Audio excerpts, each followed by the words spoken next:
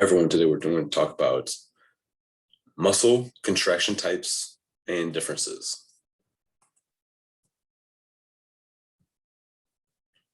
And as we get going, just a big shout out to Triphasic Training by Cal Dietz and Ben Peterson. This text is about 10 years old now and is sort of been a major player in my personal coaching and education, and to the importance of some of the different contraction types and how to sort of weave them together and use them in the name of performance. And we're really just talking about three types of contractions today. There's sort of only three when it comes to skeletal muscles: concentric, isometric, and eccentric. And I will forewarn you that isometric does not get its due share of discussion today. My apologies to anybody looking for a big input on isometric. I will make some comments on it, but there's a whole heap of information that we won't go over, particularly in the rehab sector. But stealing a little bit of writing from Triphasic Training, first let's agree on a couple of things. All athletes use muscles. Moving on, air sport requires dynamic movement of those muscles. Pardon me. Remember, dynamic muscle action refers to the active movement of muscle through a partial or complete range of motion, such as swinging a baseball bat, jumping for a rebound, and sprinting up a sideline. So our athletes need to be proficient in all three phases of the contraction.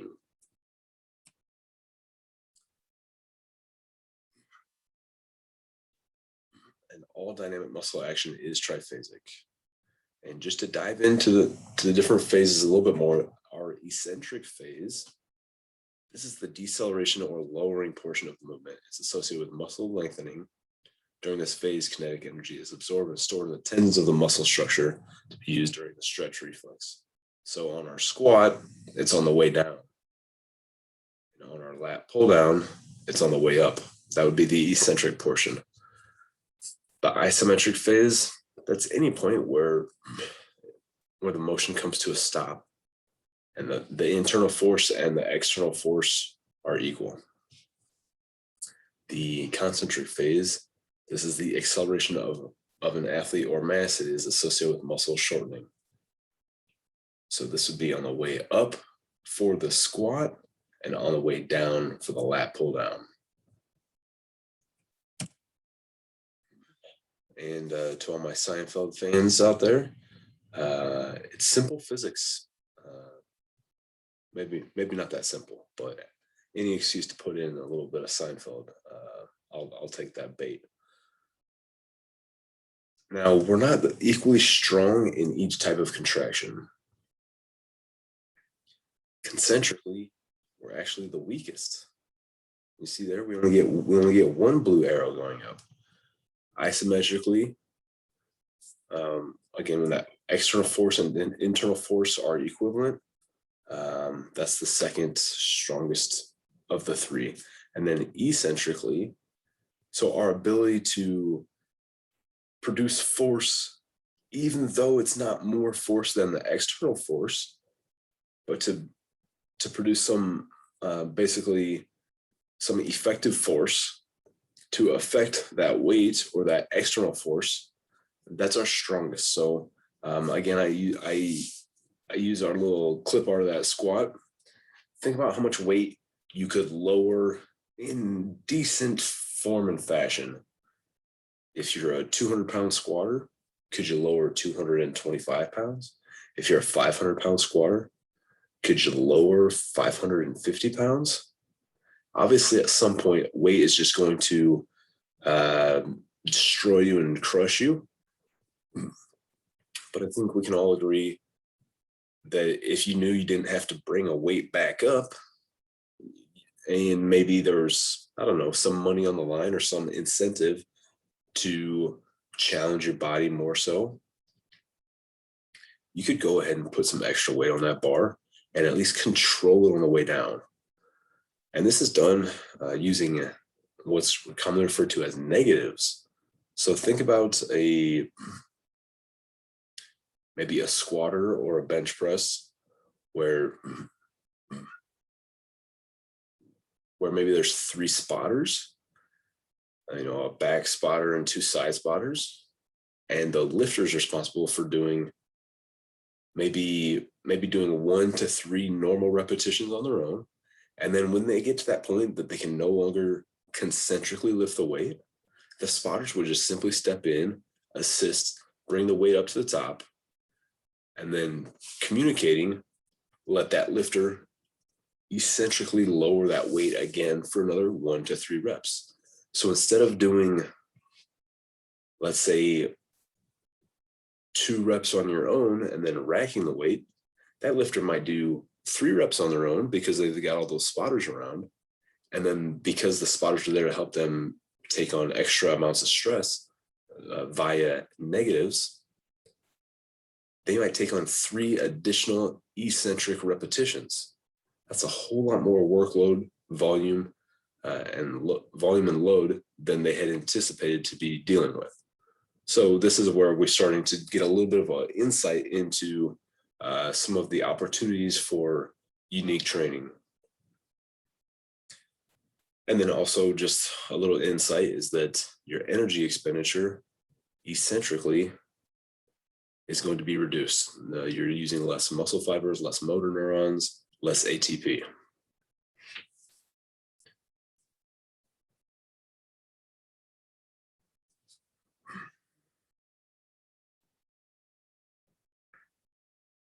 Just a slide that we've seen before, just so that everybody sort of remembers how our central nervous system is going to eventually activate our muscle fibers, that there is that window from spinal cord to motor neuron, that those motor neurons interact with different muscle fiber bundles.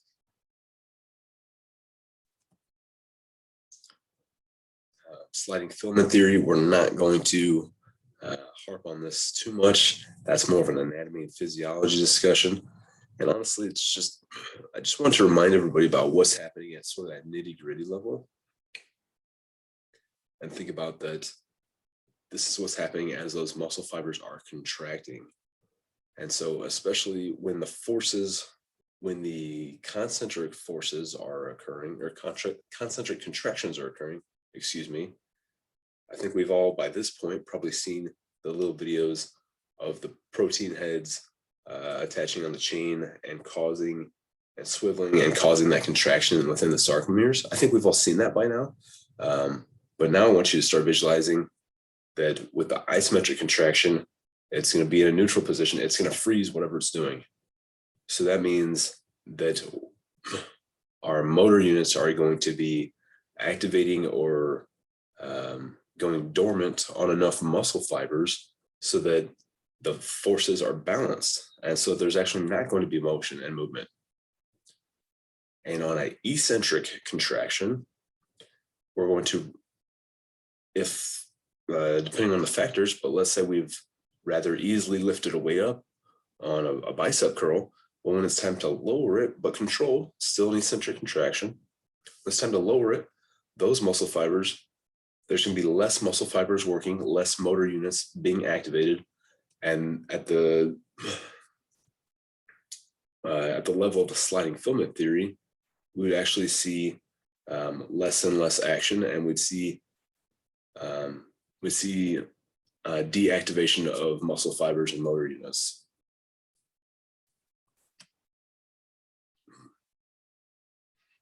Okay, number of motor units, muscle fibers.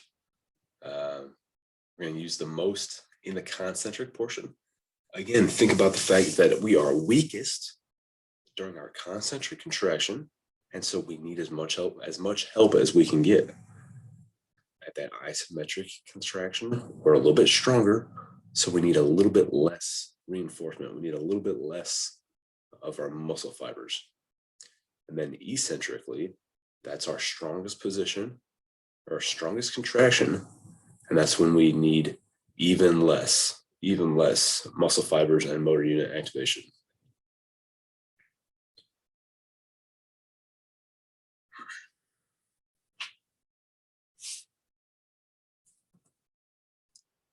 So something to think about here. We've seen this slide before, but I just wanted to bring it back briefly and talk about our stages of central and peripheral fatigue. So central is coming from the central nervous system and transmission of signals from the brain to muscle. Peripheral being more along the lines of occurring within the muscle through either depletion of glycogen, phosphate compounds, or acetylcholine, or through an accumulation of lactate or other metabolites that are released during activity.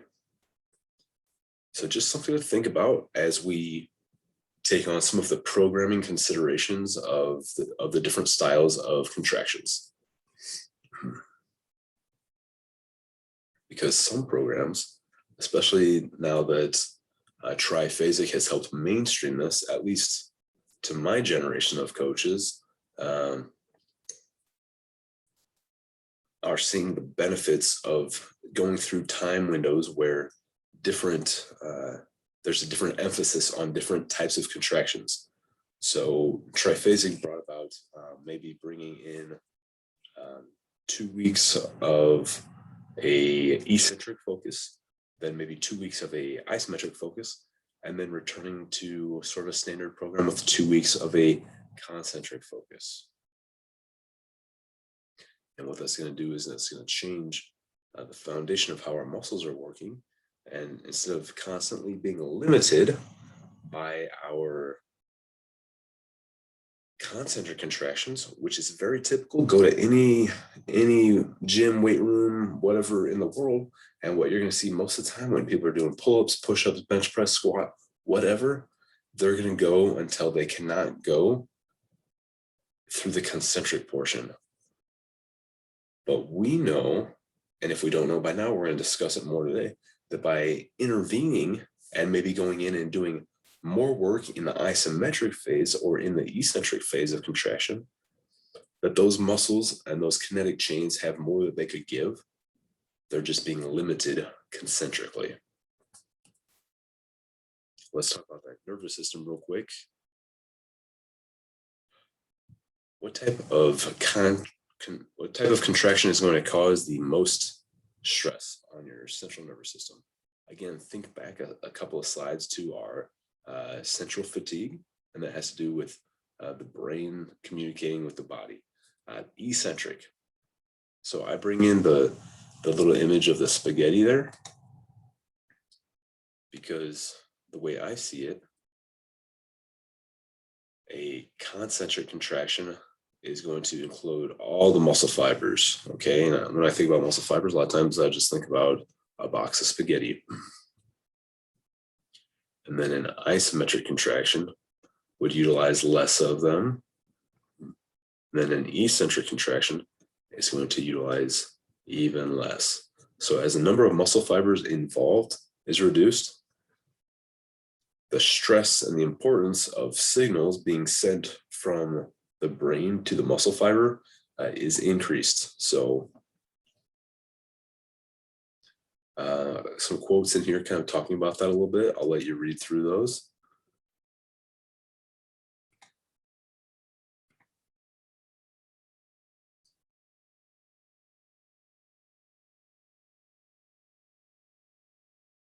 Just one thing that I want to highlight here, make sure that I point this out. That last sentence there. The central fatigue may be caused by post-workout inflammatory response involving certain cytokines that enter the brain, which are known to influence fatigue. So that's part of the pattern or the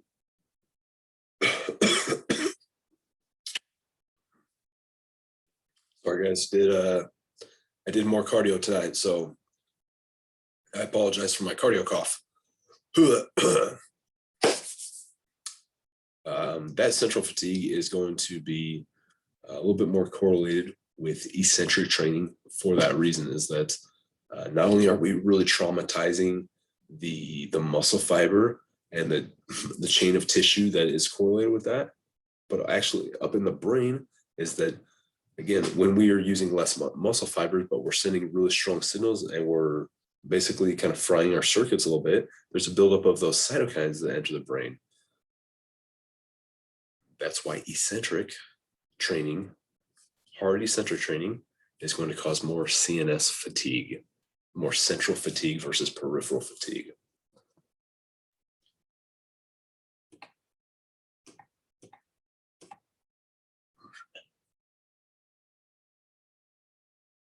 A little bit more on our nervous system and our contraction types.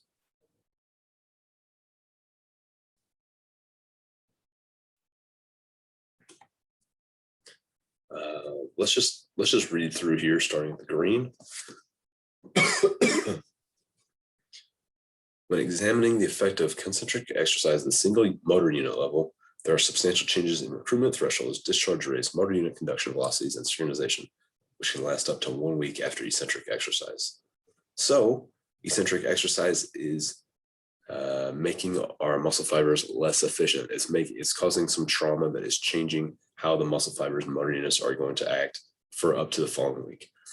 Examining the time course of these changes suggests that the increase of maximal EMG after eccentric exercise most likely occurs through a decrease in motor unit conduction velocity and an increase in motor unit activity related to antagonist, muscle coactivation, and low frequency fatigue.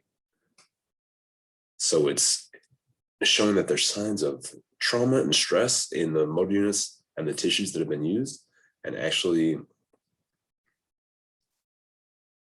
let's see here.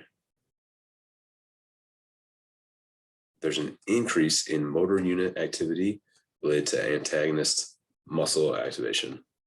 So not only are the tissues that we want to be firing not firing as well, but our antagonists are a little bit more activated as well. So just a little bit more on how some of the damage and trauma that eccentric exercise will cause. But it's for a reason. That eccentric training has great benefits. Again, if you're constantly lifting, constantly limited by your concentric contractions, you do push-ups till you can't get up anymore. You do pull-ups till you can't pull yourself up anymore. You do squats till you can't stand up anymore. If you're never taking time and opportunities to do isometric training or eccentric training that's limiting your training, you're missing out. You're chasing your tail. You're absolutely going to be able to get better, but just think that if you, on that last time you did a set of squats on the way up, and you had to bow out and you kind of like rack the weights or step out from them, or however you do it, have a spotter grab you. What if instead of doing that, what if you just held it in a squat position the best you could just for an extra second? And let's say you started doing that a little bit more often. Now, this is going to increase the stress of your training. Is this appropriate with whatever sport you're playing, whatever season you're in and things you're doing? I can't say that. But when you're looking to cause trauma and stress that will then potentially cause growth, that's something to really think about. Or if you've got a spotter on that same set of squats, could you have told them to help you stand up on the next rep, and that you want to lower on your own, and that you and a few spotters are going to do a couple of extra eccentric reps? Would that have caused more muscle damage and more muscle trauma that would help you grow a little bit bigger? Maybe not necessarily stronger, but maybe grow a little bit bigger because of the extra muscle damage.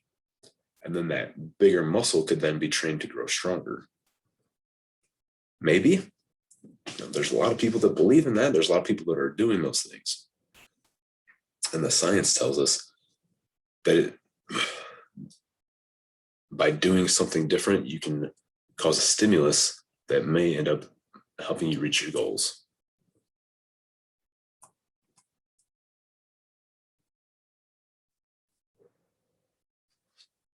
Again, triphasic training to my generation of coaches helped popularize some of these ideas.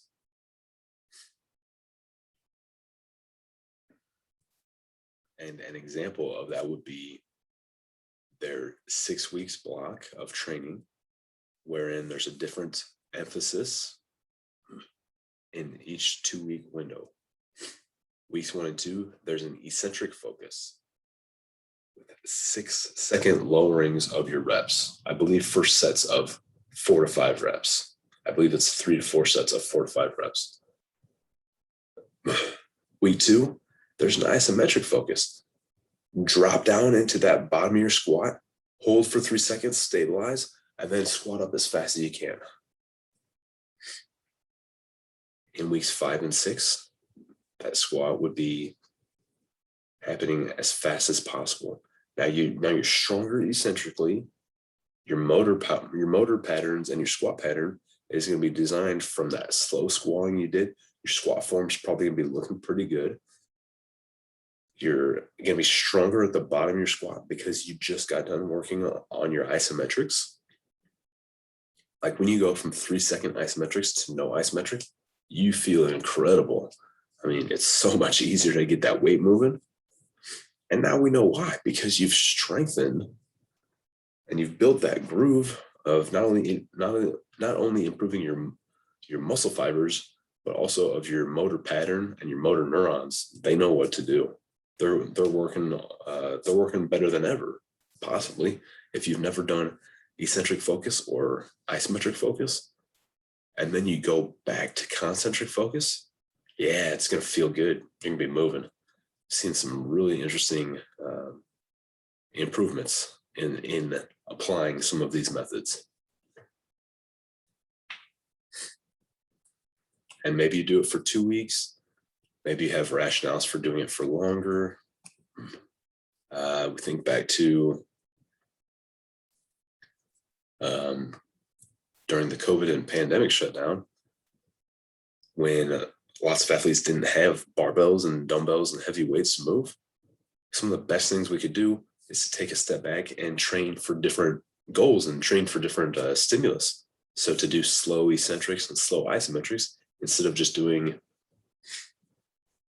crazy high amount of push-ups or bodyweight squats, when you start slowing it down, there are benefits and you're giving them a new stimulus, and new stimulus tends to spark new growth.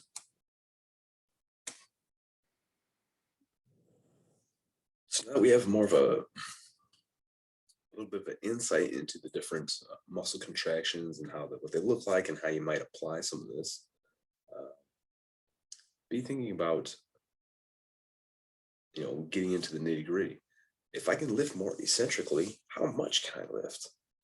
That's a good question, and there's going to be a huge spectrum, not only from lifter to lifter, but from movement to movement with individual lifters, and then movement to movement across the board. I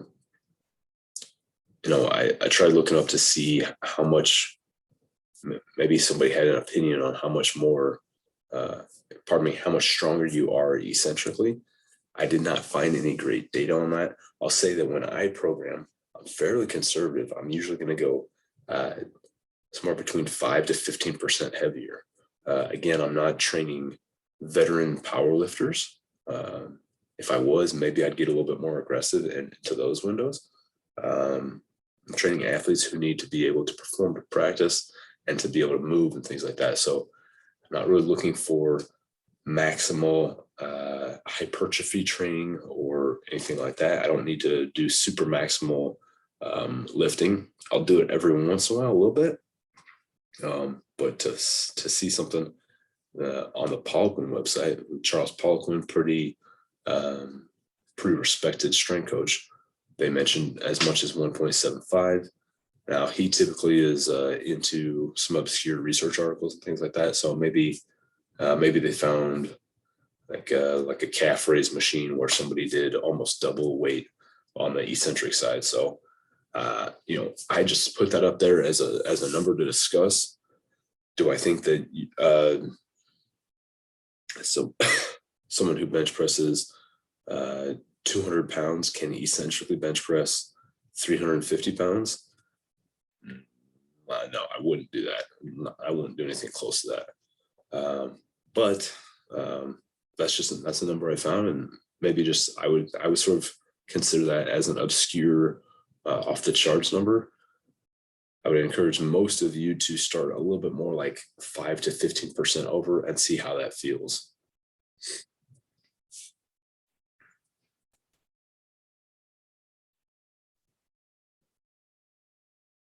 some ways to do that would be, if you think about your big lifts, that would be like squat, just adding on 10%, and then doing the buddy lift ups, where you've got at least three partners spotting you and helping you stand back up in between. Maybe set one, you're doing 1 rep. If it feels good, you go back in for 2 reps on set 2, and maybe 3 reps on set 3. I probably wouldn't, not a big fan of doing more than 3 reps with big sort of dangerous lifts where things can go really drastically wrong. I've been a part of a group training where we did tramp bar eccentrics, and I really like that because we would do as many good reps alone as we could, and then we'd have partners step in and help us up to the top, and then you control it on your way down and just go super slow on the way down.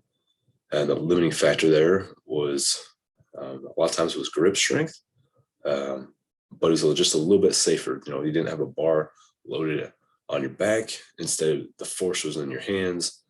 So just a little bit safer there. So you can start to do some things like that tweak it around, make it a little bit safer.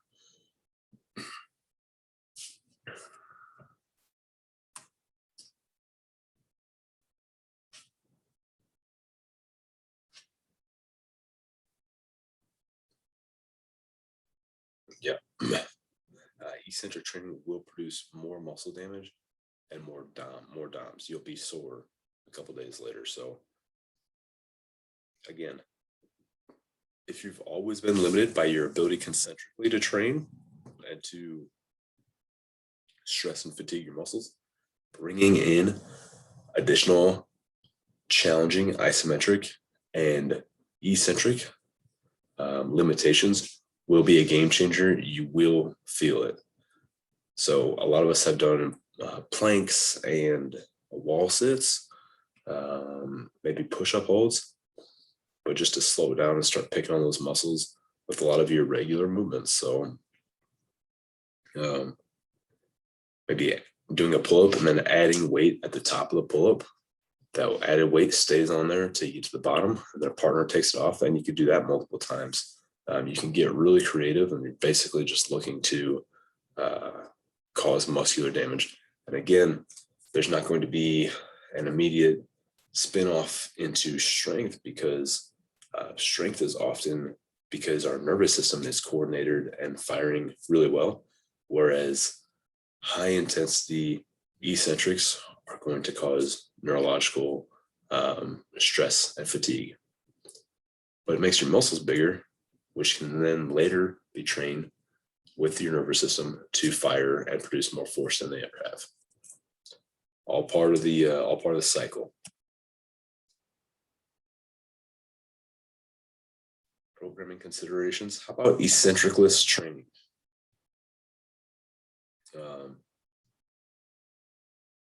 For some movements, some sports, it seems like you can just train more. So Michael Phelps, he's renowned for spending a full workday in the pool, basically up to 7 hours. And how could someone possibly do that? Well, first of all, he's a once in a lifetime athlete, so there's a lot of things that go with that. But you and I may not be able to spend, I don't know, I can't say that I could get 7 hours of high quality work in a pool. I'm more like 7 minutes. But that's more likely than doing that amount of running or strength training, because there's no eccentrics in the pool. You're constantly going isometric and concentric. You're skipping all the muscle trauma that occurs when you're forced to use less muscle fibers that get traumatized, as happens during eccentric activity. And the same thing happens with cycling. It's either push, or push over here and pull over here. I believe that's called pedaling in a box. But I've asked a couple of cyclists about it, and they're like, I don't know what you're talking about. It's just pushing and pulling. So maybe I need to get my lingo up. If anybody knows, let me know. But cyclists also have a chance. Lance Armstrong, when he was doing his comebacks from cancer, he was doing a lot of things we now know. But on top of those things, he was also spending hours and hours and hours out on the road, and able to do that, not because he's tougher than runners, but because runners encounter impact and trauma, and they perform eccentrics every time they land. There's a little bit of eccentric, and maybe not so much sprinters, but think about marathon runners. You don't want to really go out and run 7 hours a day. That's not going to work out as much. You're going to cause a lot of trauma, a lot of muscle breakdown because of all the little eccentric contractions that occur every time your foot lands on the ground.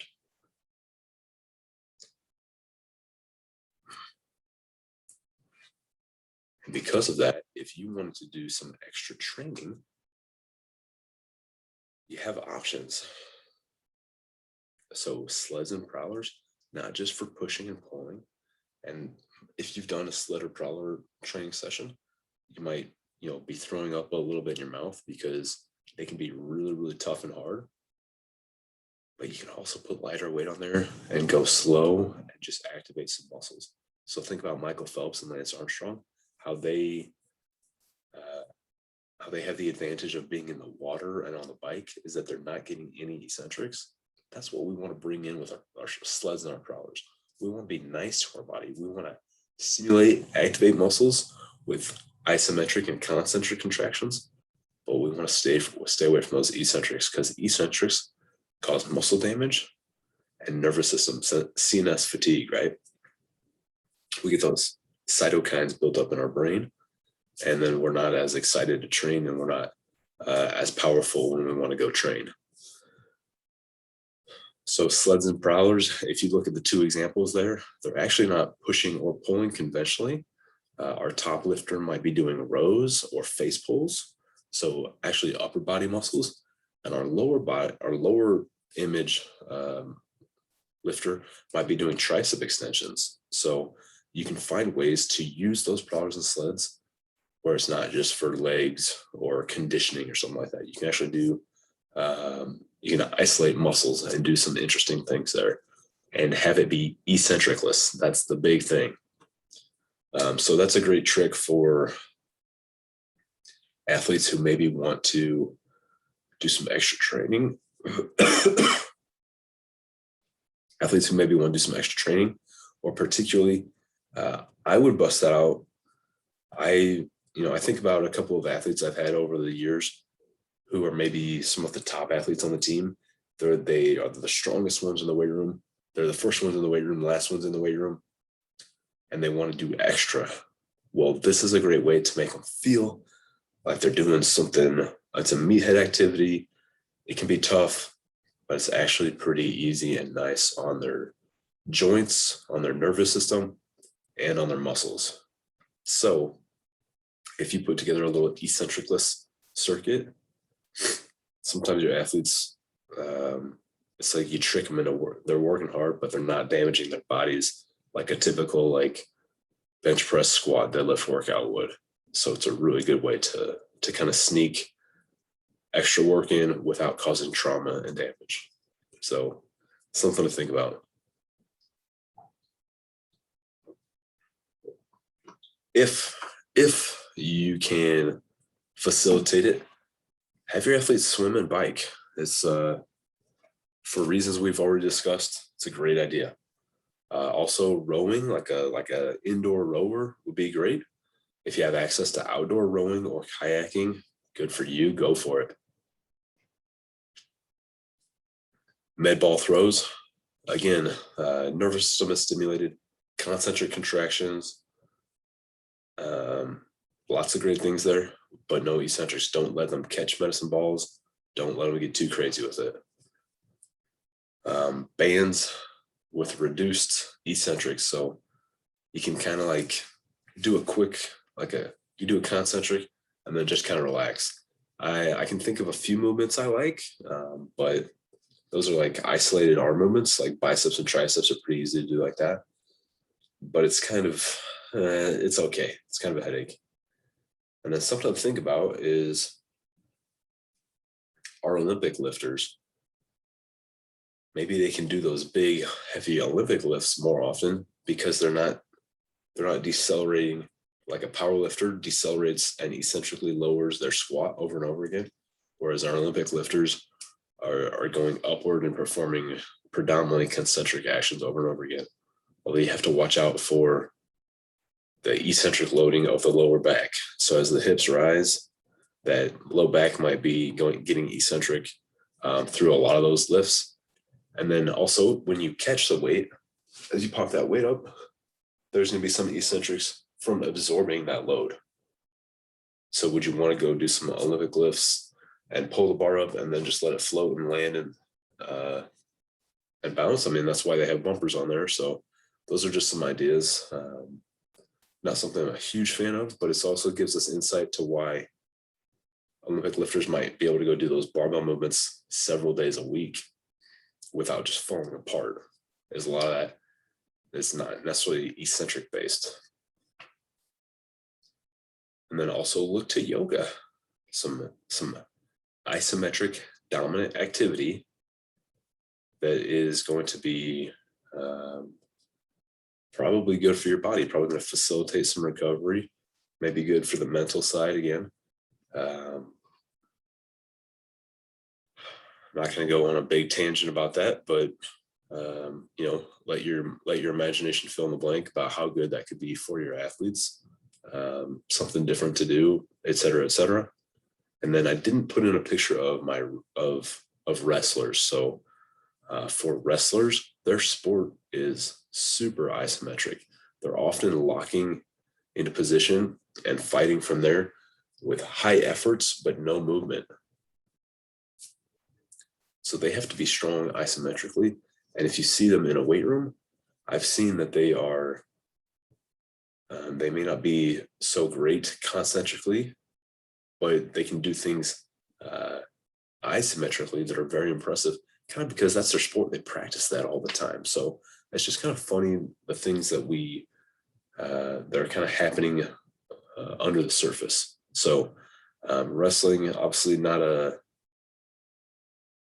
something I wouldn't send my soccer team to go to a wrestling practice to get stronger, because it doesn't have so much eccentrics. But it kind of tells you why our wrestlers are able to do quite a bit of training without just falling apart, although many of them do fall apart because it's a crazy sport.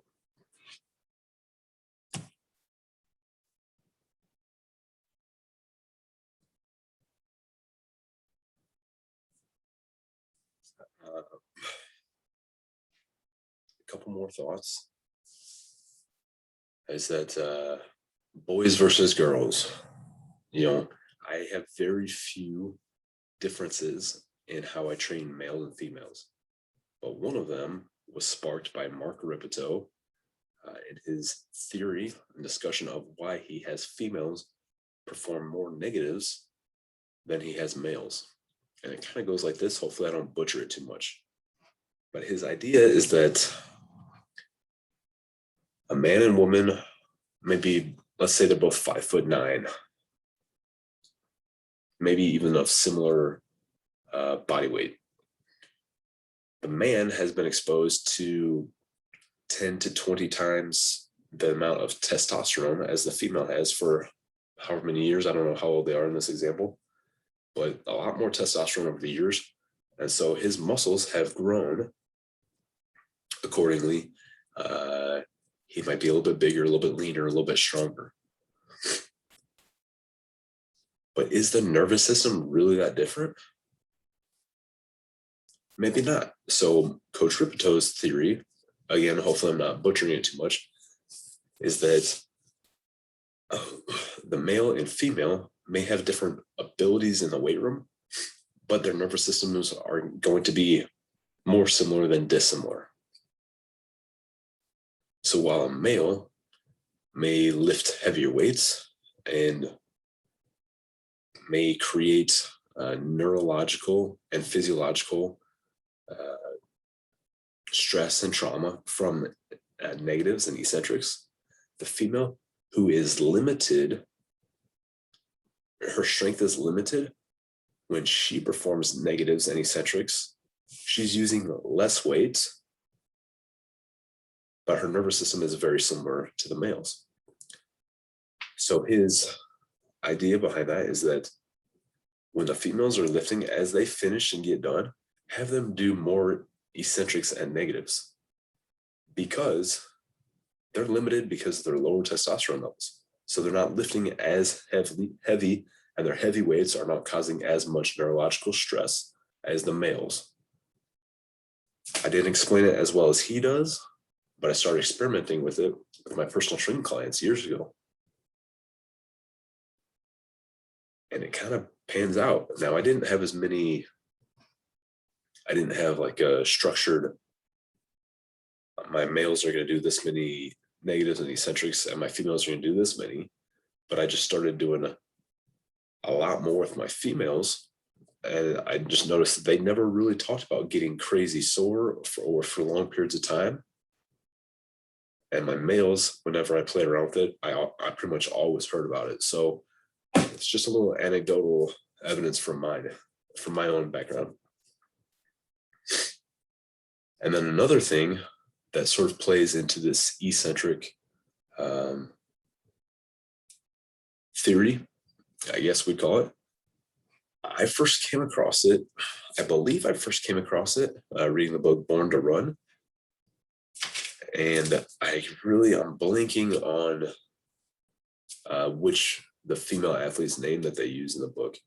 But it basically goes like this, is that male runners, and I've heard this multiple times since then, and I've also heard it in interviews.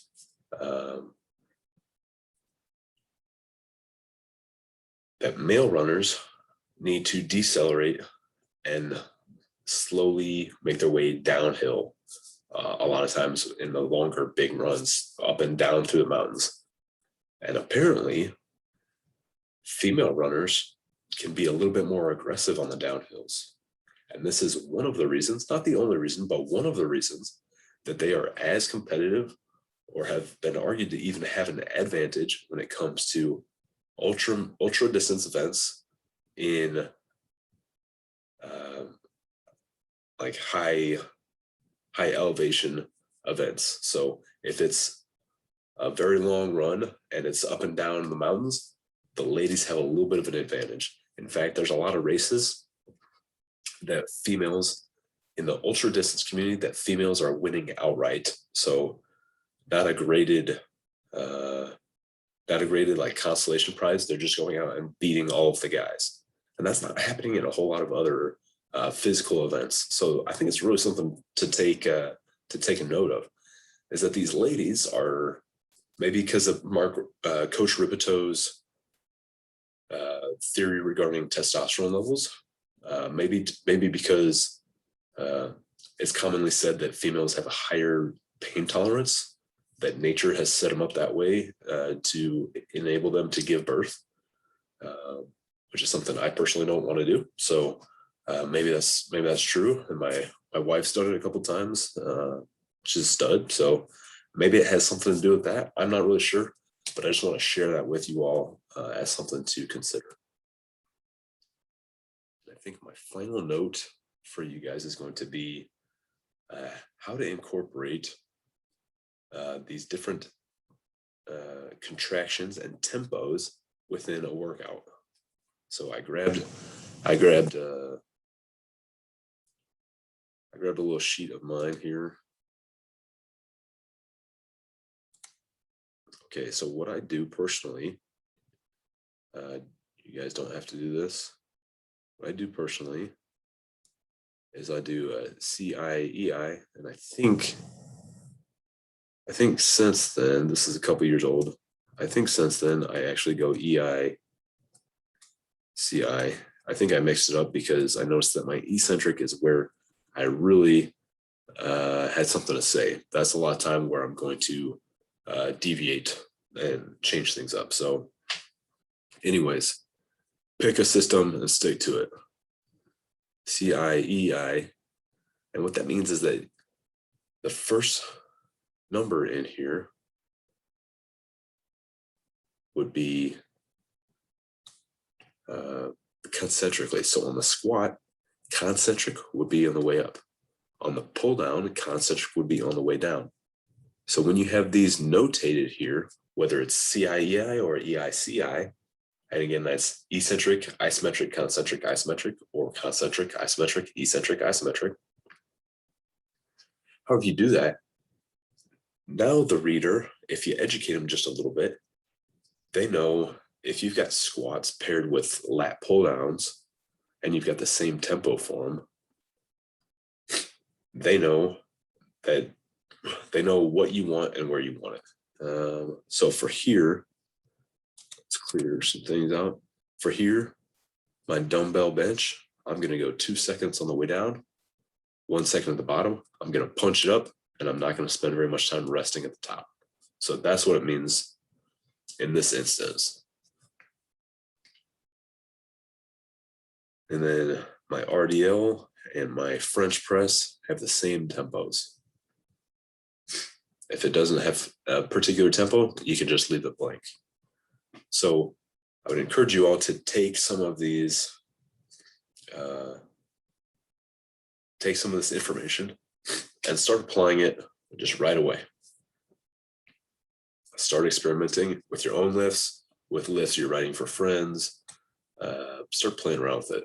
Because if you've been lifting for years and you're always limited by your concentric contractions, you've got it. You've got just some things to play around with. These are like new toys. And I'm very confident that you'll see success if you dive in and start training a little bit differently.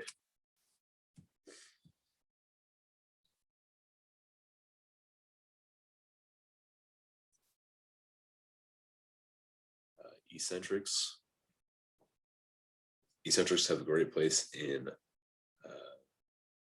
rehab. So going in there where you're strongest and growing some range of motion and challenging the tissues in other ways. So if you've got an injured hamstring, doing a normal hamstring, a concentric hamstring curl may cause pain and trauma, but doing an eccentric hamstring curl may not. You get some different opportunities there. If you've got patellar tendonitis, a decline eccentric squat is a common way to help reset and realign some of the collagen that is laying down within those tendons, and to lengthen the length of sarcomeres and of tendons. And as far as isometrics goes, there's a whole lot we're going to talk about today. They've got a lot that you can do with isometrics at rehab, a lot we can do with strength. I kind of look at it like this. So my reasoning for this was I knew I was going to be rambling and talking today like I do. My reason for it was like this. If we look at a bell curve, concentric is over here, eccentric is over here. If we talk about concentric and eccentric, we kind of talk about everything in between. So this is our isometric right there, right? So a lot of things, isometric is kind of like, if there's any middle children in the crowd, isometrics is kind of like your middle child. It's always the second most stressful, the second strongest, uses the second most number of muscle fibers, this, that, and the other. So it's kind of in the middle there, but it's also its own beast. So a lot of opportunities there for increasing strength, for doing oddball movements. Anyways, I just wanted to recognize that I did not give isometrics the love they deserve, but they're kind of a middle child, so that's how it goes. Okay, thank you.